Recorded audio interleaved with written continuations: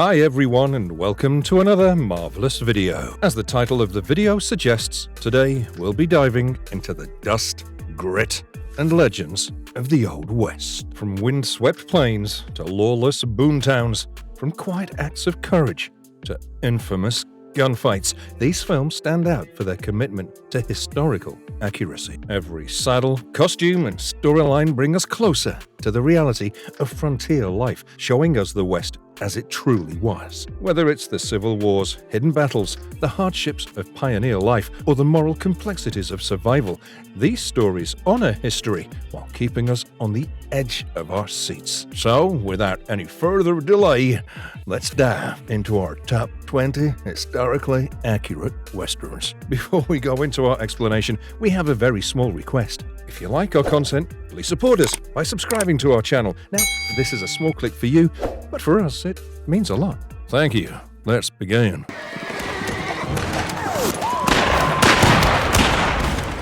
Ride with the Devil, 1999. Directed by Ang Lee, Ride with the Devil is a story about a group of men who joined the 1st Missouri Irregulars, also known as the Bushwhackers, during the American Civil War. The film centers around two friends, Jack Rodell, played by Tobey Maguire, and Jack Bull Childs, played by Skeet Ulrich, from Lexington, Missouri. Jack belonged to a wealthy planter family, while Jake's father was a German immigrant, played by Rade Savegia. When the Civil War began, Union Jayhawkers burned the plantation, making Jack's family lose their home and wealth. They also killed his father, leaving him no choice but to escape with Jake's father. A year later, they joined the 1st Missouri Irregulars under Black John Ambrose, played by James Caviezel, alongside George Clyde, played by Simon Baker, former slave Holt, played by Jeffrey Wright, and the violent Pitt Mackerson, played by Jonathan Rhys Myers. During the war, Jake spared a Unionist neighbor, Alf Bowden, played by Mark Ruffalo, who later killed Jake's father. Ordered to hide out for the winter, Jake, Jack, and Holt stayed with the Evans family, where Jack began a relationship with widow Sue Lee, played by Jewel Kilcher. Jack was badly wounded in a Jayhawker attack and died from infection. Jake and Holt later joined Quantrill's guerrillas in the Lawrence, Kansas raid, but avoided the massacre. After more losses, Jake married Sue Lee and decided to leave the war behind. Traveling west, he parted ways with Holt, who went to free his mother from slavery. The film didn't make much at the box office, but received ample critical praise for its authenticity, calling it one of the most historically accurate Civil War films after Gettysburg. Roger Ebert, one of the most influential American film critics of the late 20th and early 21st centuries, praised the film for spotlighting personal motives within local guerrilla warfare instead of broad historical narrative. Todd McCarthy of Variety called it a brutal yet sensitively observed Civil War tale. The San Francisco Chronicle's Peter Stack applauded its unsettling grittiness paired with luminous cinematography. The actors did a phenomenal job, and that too came with hard regimentation. According to sources, the actors underwent a 3-week Civil War boot camp, training with blank and then live ammunition. The production used over 250 black powdered pistols and included Civil War reenactors to ensure authenticity. Proceed. One!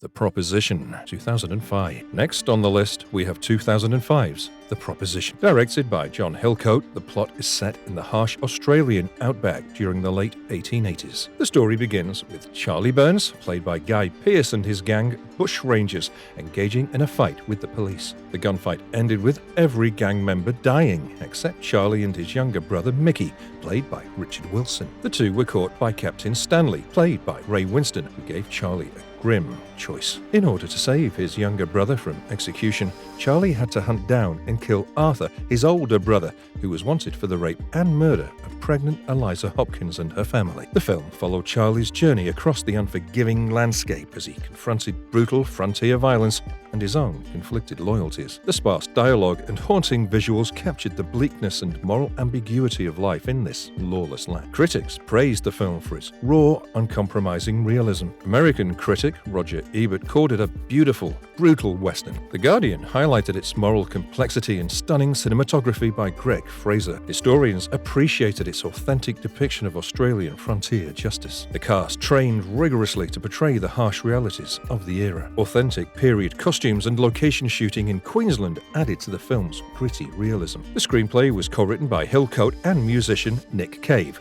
who also composed the haunting score that deepened the film's intense mood. With a budget of about $2 million, the proposition earned roughly $5 million worldwide. While it didn't become a major box office hit, the film gained a loyal following for its style and storytelling. Stop it, men! Stop fight! Shane, 1953. The plot is set in the Wyoming Territory in 1889 and revolves around a mysterious gunfighter who gets involved in the struggle between poor homesteaders and wealthy ranchers. Directed and produced by George Stevens, the film offered more than a classic western. It explored deep psychological layers beneath its simple plot. The film blended action with emotional tension, making it timeless. Its haunting finale and moral ambiguity elevated it beyond typical genre fare. Shane, a quiet but skilled gunfighter with a hidden past, rode into a remote Wyoming valley. He was hired by Joe Starrett, played by Van Heflin, a determined homesteader fighting to keep his land from a ruthless cattle baron, Rufus Riker, played by Emil Meyer. Tensions escalated as Shane confronted Riker's men in the town saloon, leading to violent clashes. After a deadly attack on a fellow settler, the community's resolve hardened. Riker planned a deadly ambush against Joe, but Shane, warned by defector Chris Calloway,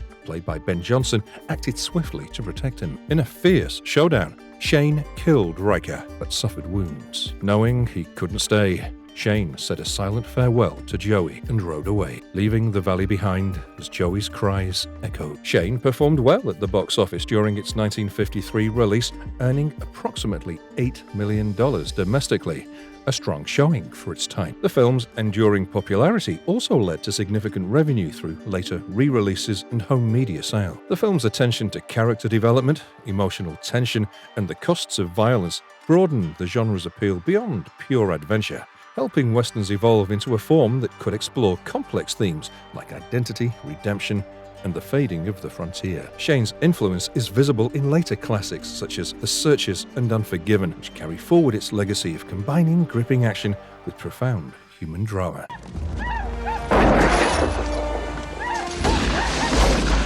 Dances with Wolves, 1990. Dances with Wolves is a 1990 American epic western film that marked Kevin Costner's debut as a director. Costner also starred in and produced the movie. The film adapts Michael Blake's 1988 novel of the same name and follows Union Army Lieutenant John J. Dunbar, played by Costner, as he journeys to the American frontier and encounters a Lakota tribe. In 1863, Lieutenant John J. Dunbar served with the Union Army and was wounded in a battle at St. David's Field, Tennessee. Facing leg amputation, he chose death in battle by riding unarmed into Confederate lines, but survived. After his heroic act, Dunbar received medical care that saved his leg and was given the horse he rode, along with his choice of posting. After requesting a transfer to the American frontier to witness the fading wilderness, Dunbar arrived at Fort Hays and was assigned to the remote Fort Sedgwick, which he found abandoned. With the help of a provisioner named Timmons, played by Floyd Red Crow Westerman, Dunbar began rebuilding the fort and recording his experiences. When Sioux warriors tried to steal his horse,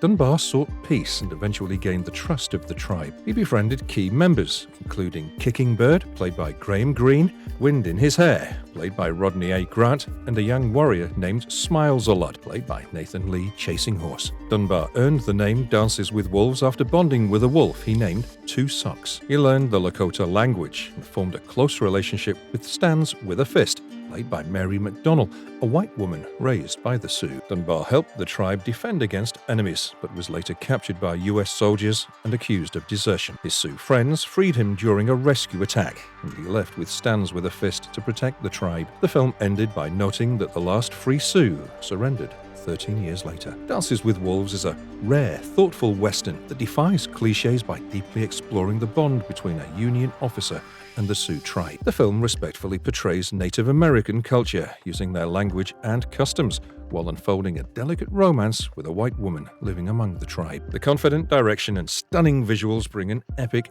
intimate story to life. Dances with Wolves made a huge profit at the box office. Made with a budget of $22 million, the film earned over $420 million.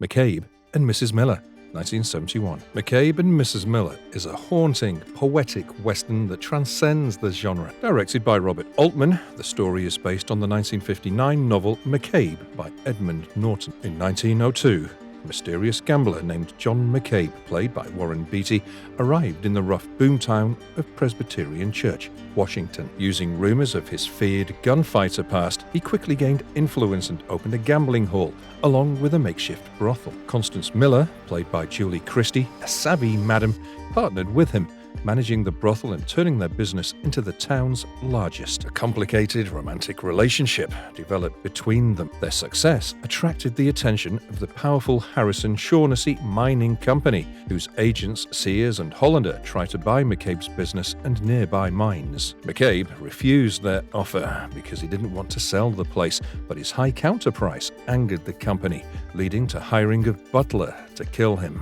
Despite fear, McCabe stood his ground with encouragement from a local lawyer, Clement Samuels, played by René Auberjonois. A violent confrontation unfolded as McCabe killed two of the assassins, but was badly wounded. McCabe was finally killed by the last gunman, Butler, but he managed to kill him in return. The townspeople put out the blazing fire at the chapel while McCabe died alone in the snow. Mrs. Miller remained lost in her opium haze. McCabe and Mrs. Miller is a haunting, poetic western that transcends the genre. Altman's masterful direction, atmospheric visuals, and Leonard Cohen's music create a bleak yet beautiful portrait of loneliness and survival. Warren Beatty and Julie Christie deliver deeply human performances in this elegy for a lost, unforgiving frontier.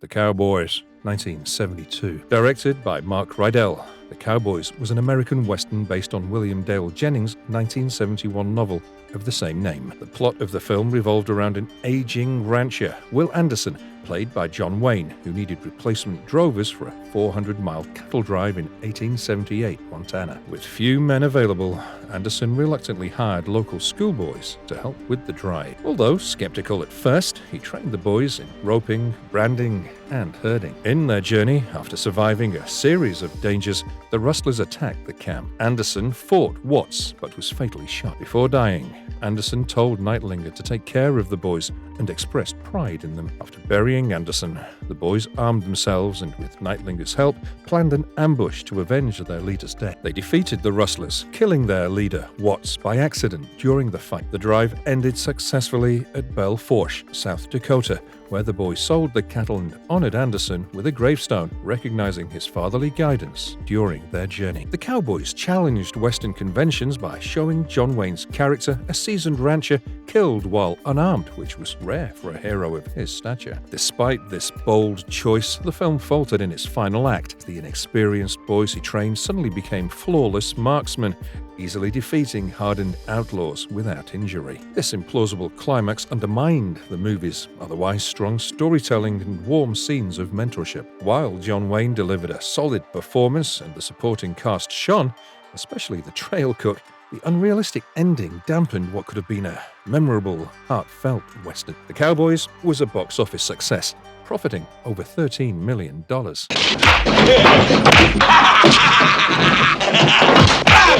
Monty Walsh, 1970. 1970's Monty Walsh was an American western adapted from the 1963 western novel by Jack Schaefer of the same name. However, it was only the name that was taken. As for the plot, it was quite different from the novel. Unlike the book, the film emphasized more on the characters' personal struggles. The film marked the directorial debut of cinematographer William A. Fraker, and according to critic Roger Ebert, it was one of the loveliest westerns he'd seen in the world of cinema. Costume designer Michael T. Boyd was highly praised for their authentic costume design that contributed to the film's genuine Old West atmosphere. The story begins with Monty Walsh, played by Lee Marvin, an aging cowboy facing the end of the Old West. He and his longtime friend Chet Rollins, portrayed by Jack Palance, worked on cattle ranches and preferred to do nothing that could not be done from a horse.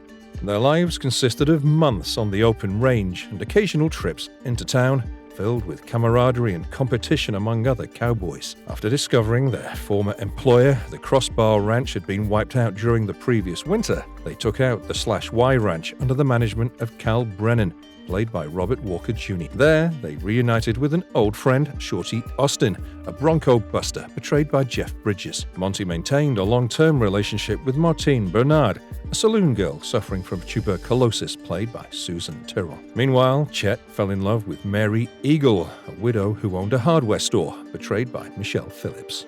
As barbed wire and railroads began to eliminate the need for cowboys, Monty and his friends found themselves with fewer options. The /Y Ranch struggled and eventually closed after Shorty turned to rustling and violence, killing a local lawman. Chet married Mary and left the ranch life while Monty proposed to Martine before her untimely death. Afterward, Monty tracked down Shorty for a final confrontation, ultimately killing. The story ended with Monty refusing to shoot a wolf, symbolizing his reluctant acceptance of the changing times as he rode into the new West.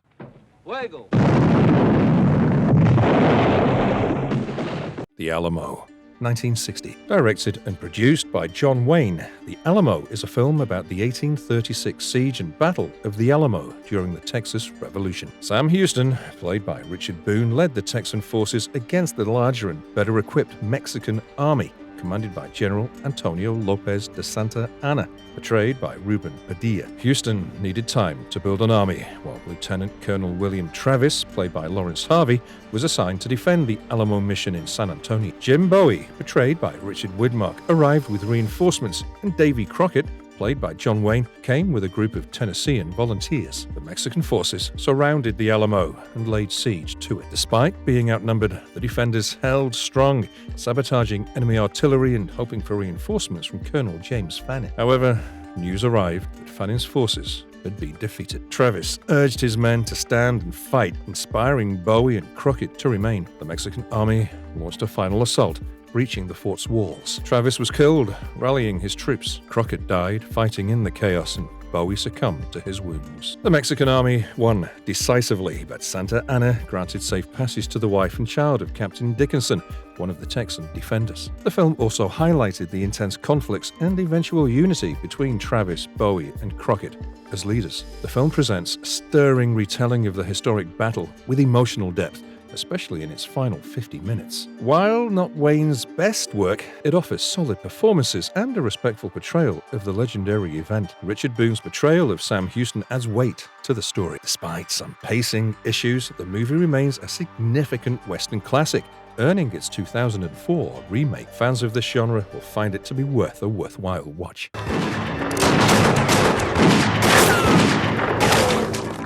Young Guns, 1988. The story began in 1870s Lincoln County, New Mexico, where English cattleman John Tunstall, played by Terence Stamp, hired a young gunman, William "Billy the Kid" Bonney, played by Emilio Estevez, to join his ranch hands known as the Regulators, including Doc Scurlock, played by Kiefer Sutherland, Jose Chavez y Chavez, played by Lou Diamond Phillips, Dick Brewer, played by Charlie Sheen, Steve Stevens, played by Dermot Mulroney, and Charlie Bowder, played by Casey Shimashko. Tunstall sought to civilize them, but clashed with powerful rancher Lawrence Murphy, played by Jack Palance, and his corrupt allies. After Murphy's men killed Tunstall, the Regulators were deputized to bring the killers to justice. Billy's hot temper led to deadly violence, branding them as outlaws. As bounty hunters pursued them, the Regulators faced brutal confrontations, including a deadly shootout with Buckshot Roberts, played by Brian Keith. Billy took command, determined to avenge Tunstall's death. They killed corrupt Sheriff William J. Brady, played by Danny Kamen,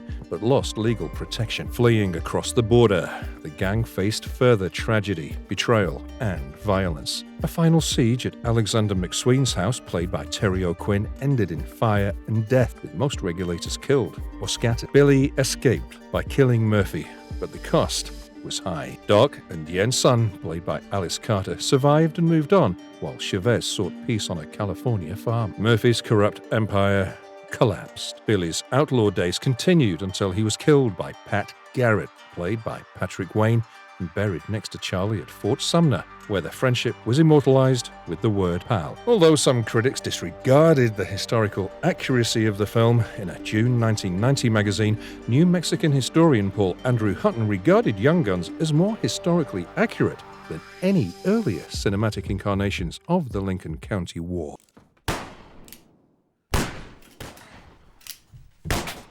The Assassination of Jesse James by the coward Robert Ford. The Assassination of Jesse James by the coward Robert Ford, directed by Andrew Dominic, offered a haunting and poetic western. Brad Pitt embodied the mythic outlaw Jesse James with compelling gravitas, while Casey Affleck portrayed Robert Ford's obsessive admiration and deadly betrayal with chilling subtlety. The film's sweeping cinematography by Roger Deakins captured the vast loneliness of the West. The story's slow, meditative pace emphasized the tragic, intimate relationship between legend and the man who killed him, reviving the Western with depth and artistry. The story began in 1881 when young Robert Ford eagerly sought to join the infamous Jesse James gang. Despite his persistent efforts and the support of his older brother Charlie Ford, portrayed by Sam Rockwell, Robert struggled to gain full acceptance. After a disappointing train robbery and the departure of Frank James, Jesse returned home with several gang members, including Dick Little, played by Paul Schneider, and cousin Wood Height, played by Jeremy Renner. As tensions rose,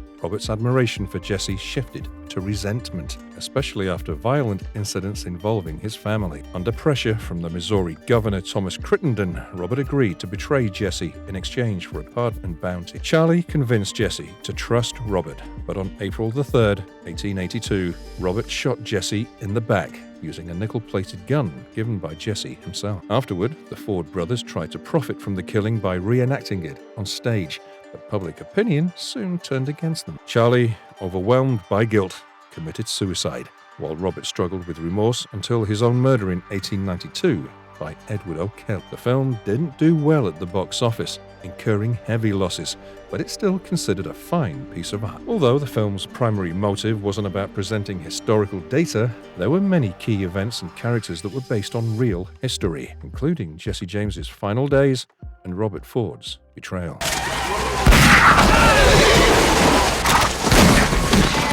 Geronimo, an American Legend, 1993. Geronimo, an American Legend is a historical Western film based on a screenplay by John Milius. It was intended to be a biopic of Geronimo, a Chiricahua Apache leader and skilled strategist renowned for resisting U.S. and Mexican military campaigns. The film highlighted the events leading up to the Apache leader's surrender in 1886. Geronimo, played by Wes Studi, was a respected healer who, under compulsion, agreed to move his people onto a reservation under the Indian Removal Act. The Apache struggled to abandon their traditions. Tensions grew as settlers encroached on their land. When U.S. cavalry soldiers, led by Indian fighter Al Cyber, played by Robert Duvall, massacred a group of Apache for practicing their faith, Geronimo formed a guerrilla force that repeatedly outmaneuvered the army. The story centered on Lieutenant Charles B. Gatewood, played by Jason Patric, tasked with capturing Geronimo alongside Cyber and Britton Davis, portrayed by Matt Damon. Brigadier General George Crook, played by Gene Hackman, admired Geronimo,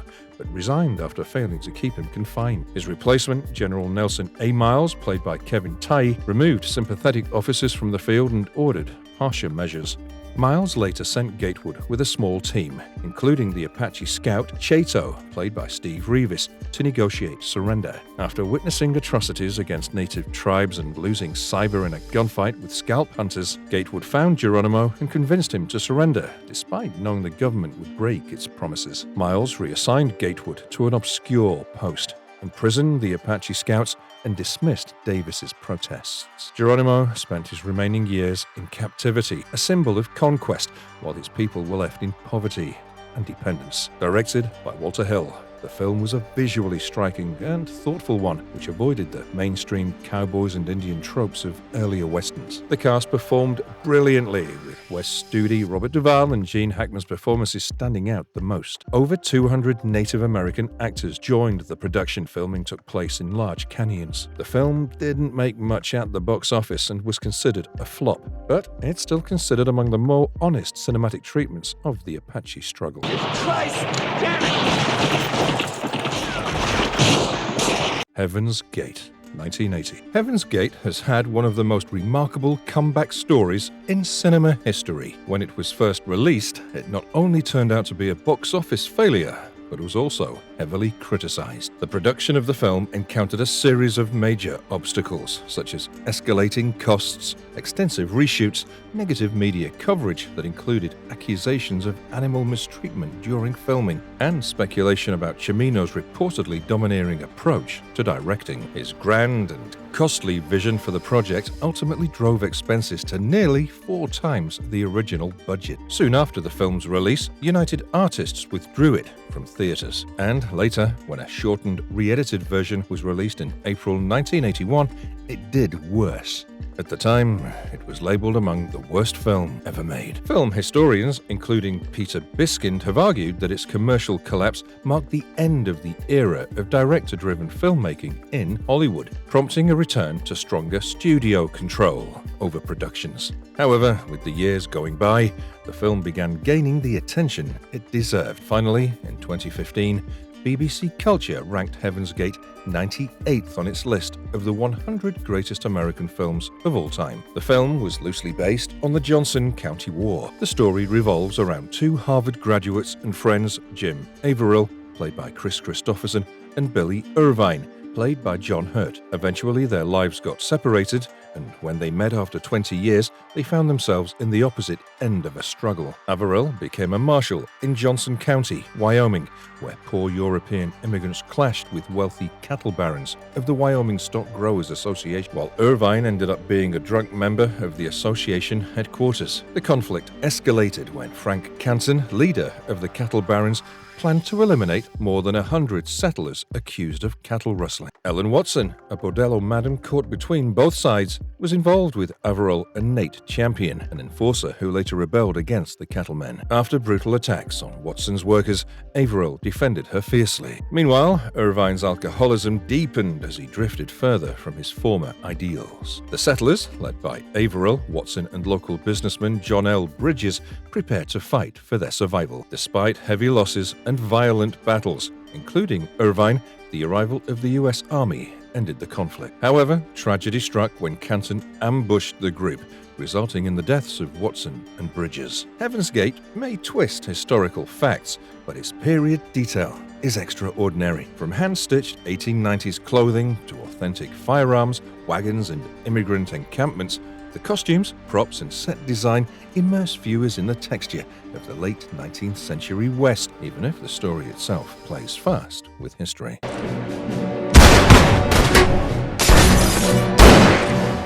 Open Range, 2003. The next movie on the list is an American revisionist Western film. Revisionist Western is a subgenre of Western with the fundamental difference in its portrayal of the Old West. While a Western upholds clear heroes and traditional values, a revisionist Western questions those ideals by showing morally complex characters and challenging established myth. The plot of Open Range revolves around the conflict between free-grazing herder Boss Spearman, played by Robert Duvall and his Cowboys, versus the Montana Territory of cattle baron Denton Baxter, played by Michael Yater. The story begins with Boss Spearman, a seasoned open-range cattleman, leading his trusted men. They were driving a large herd across Montana until Mose, played by Abraham Ben-Ruby, was badly beaten and jailed by the corrupt town marshal Poole, played by James Russo, who worked for Denton Baxter. Boss and his trusted man, Charlie Waite, played by Kevin Costner, managed to rescue Mose, but they came under the notice of Baxter. He hated the free-grazing herders using his land and grew hostile towards Boss and his men. He launched a savage attack that ultimately killed Mose and severely injured their friend Button. Boss and Charlie swore to exact revenge, and thus began the conflict between the two sides. In the final gunfight, the townspeople also joined the fight against Baxter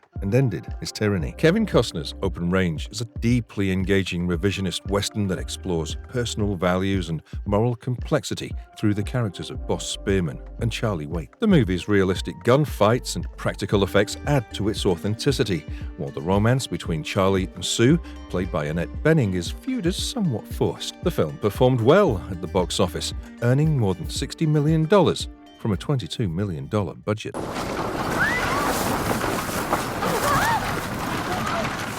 Meek's Cutoff, 2010. Directed by Kelly Reichardt, Meek's Cutoff is an American Western historical survival film that's loosely based on a historical incident on the Oregon Trail in 1845. The story begins with a small group of settlers traveling across the Oregon High Desert in 1845. They were eventually growing doubtful about their guide, Stephen Meek, not knowing the area well. Meek, played by Bruce Greenwood, guided them along an unmarked route across the arid high desert, but soon became lost. Without a clear direction, tensions rose as food and water supplies dwindled. As days passed, the travelers faced hunger and thirst, doubting how long they could survive. The wives watched helplessly as their husbands declared how much longer they should trust Meek until they captured a Cayuse man. Although Meek wanted to kill the man immediately, the travelers stopped him, hoping the man could lead them to water. Meek argued that the man was untrustworthy, but the group had already lost faith in Meek. The group's fate remained uncertain as the Cayuse man continued to lead them forward. Meek's Cutoff has been reviewed to be a deeply authentic revisionist western that successfully captures the brutal reality of pioneer life on the Oregon Trail in 1845. From the arduous journey and scarce resources to the authentic clothing and 1.133 Academy screen ratio, the film's attention to historical detail is spectacular. Critics like Roger Ebert praised its realistic portrayal of wagon trains, noting that attacks by Native Americans were fewer common dangers than thirst and disease. Shoot the pack horse.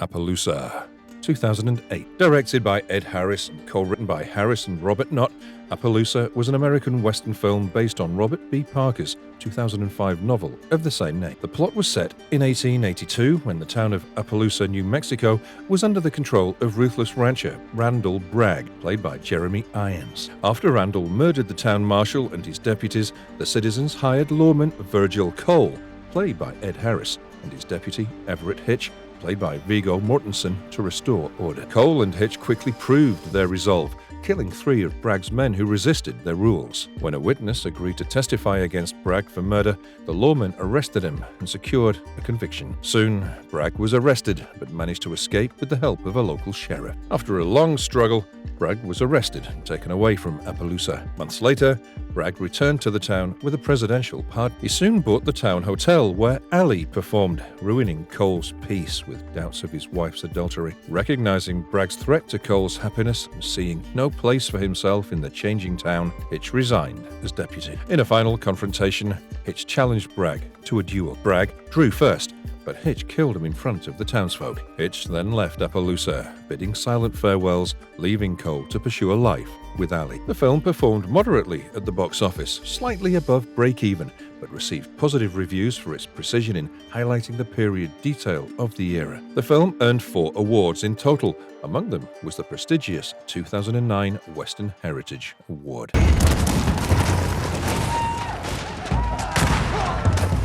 The Revenant, 2015. Based loosely on the true story of frontiersman Hugh Glass in 1823, The Revenant is in our list for its close attention to historical details. From period-accurate clothing and weaponry, depiction of Native American cultures and fur trade challenges, Alejandro Gonzalez Iñárritu had not missed any requisite nuance.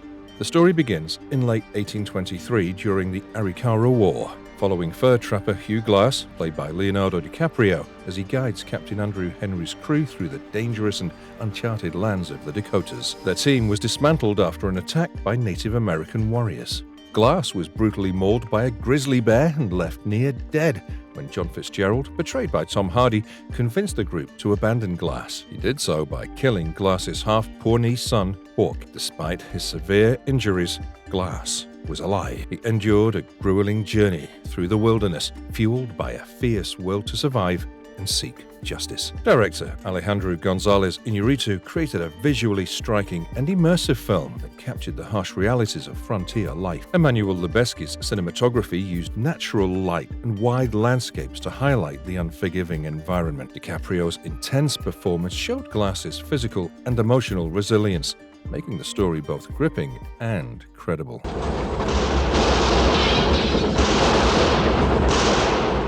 How the West Was Won, 1962. How the West Was Won is an epic western that follows a pioneering family and their descendants over many years. Directed by Henry Hathaway, John Ford, and George Marshall, the film captures different eras and challenges of settling the American frontier. The film is divided into 5 distinct parts, each showing a different period in the settlement of the American West. Henry Hathaway directed 3 of these parts.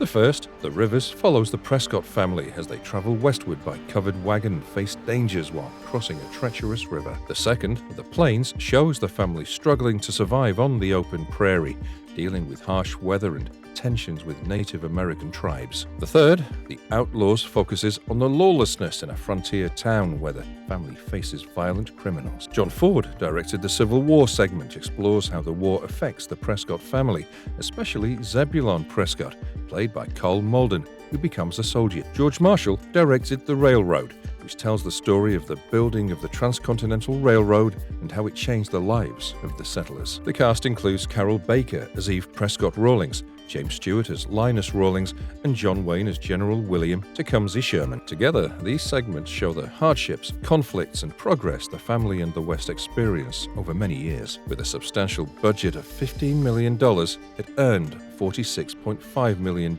at the North American box office, ranking as the second highest grossing film of 1963. Globally, its total earnings exceeded $50 million. How the West Was Won presented a sweeping and largely authentic portrayal of American westward expansion in the 19th century. The film integrated significant historical events such as the Erie Canal Migration, the Civil War, and the building of the Transcontinental Railroad. Featuring portrayals of figures like Abraham Lincoln and General William Tecumseh Sherman, added credibility and depth to the narrative. The movie carefully depicted the struggles of settlers facing natural dangers, Native American conflicts, and the hardships of frontier life without oversimplifying these challenges.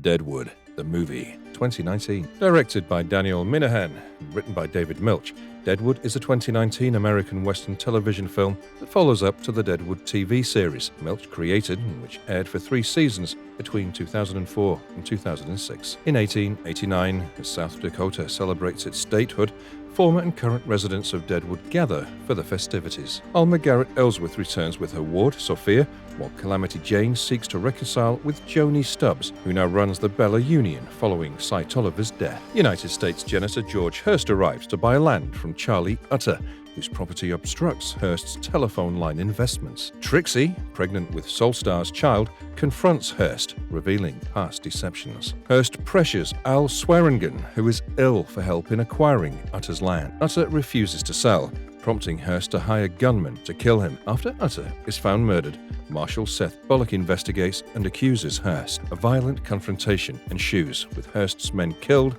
and his threats against Bullock escalating. Meanwhile, Sol and Trixie marry, with Swearingen promising to leave her the Gem Saloon. During the wedding, Hearst is arrested, but is attacked by a mob led by Calamity Jane. Bullock intervenes and jails Hearst. After further violence, peace returns, and the community faces a new chapter. Creator David Milch's deep understanding of the era and characters brought authentic historical depth without sentimentality. The film captured the complex realities of the Old West, showing how time shapes people without erasing their struggles or flaws. Damn it, I got lawyers.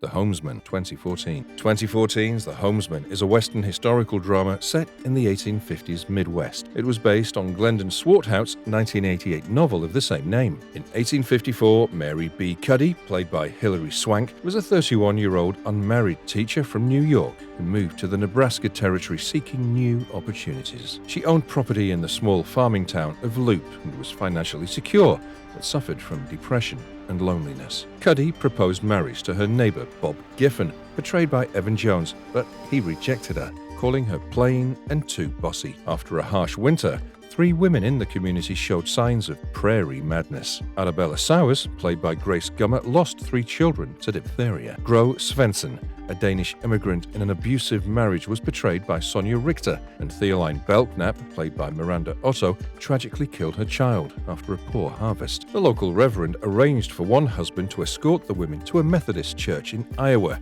that cared for the mentally ill. Cuddy took the place of a reluctant husband, Vester Belknap. Before the journey, Cuddy freed a claim jumper named George Briggs, played by Tommy Lee Jones, who was tied up with a noose for stealing land. He agreed to escort the women, but insisted on the freedom to abandon them. The group faced challenges, including an encounter with Pawnee warriors.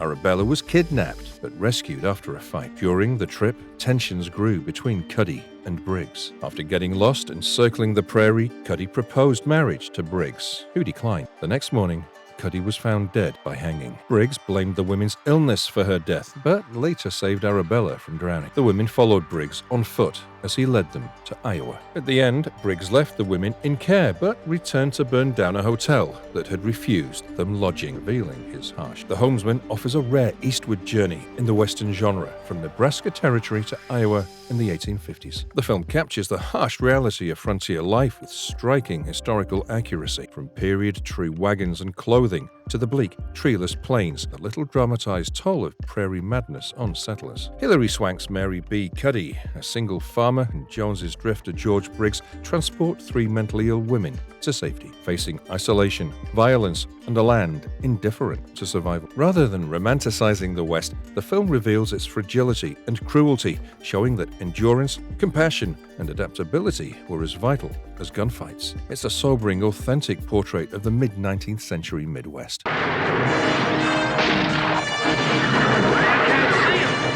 Ulzana's Raid, 1972. Ulzana's Raid is a film showcasing a brutal raid by Chiricahua Apaches against European settlers in 1880s Arizona. In the late 19th century, following mistreatment by Indian Agency officials, Ulzana, a Chiricahua Apache leader, escaped from the San Carlos Indian Reservation with a small war party. Their violent raids on settlers soon reached Fort Lowell, prompting the commanding officer to send riders to warn local residents. Both riders were ambushed. One was dragged away, and the other killed the European woman he was escorting before taking his own life. The Apaches displayed brutal cruelty by playing with the man's liver. Meanwhile, the woman's husband, left to protect their farm, was captured and tortured to death. The army assigned McIntosh, an aging scout, to capture Ulzana. He was joined by a small cavalry unit led by the inexperienced Lieutenant Garnet Dubois, a seasoned sergeant, and Kenite, an Apache scout whose wife was sister to Ulzana's wife. The soldiers soon faced the harsh reality of Ulzana's ruthless tactics,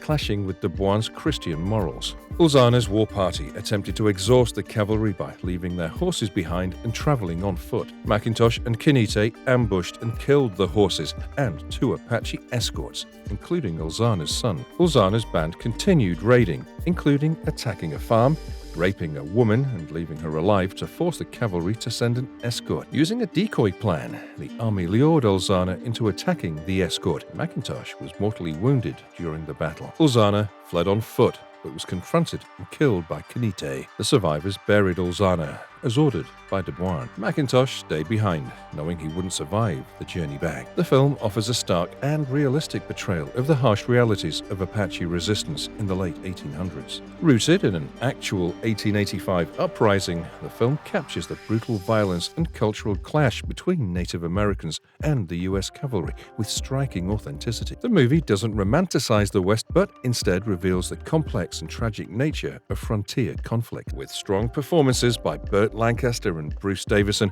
it explores the moral ambiguities of warfare and survival. Ulzana's Raid stands out for its unflinching depiction of historical events and its critique of misguided military policies.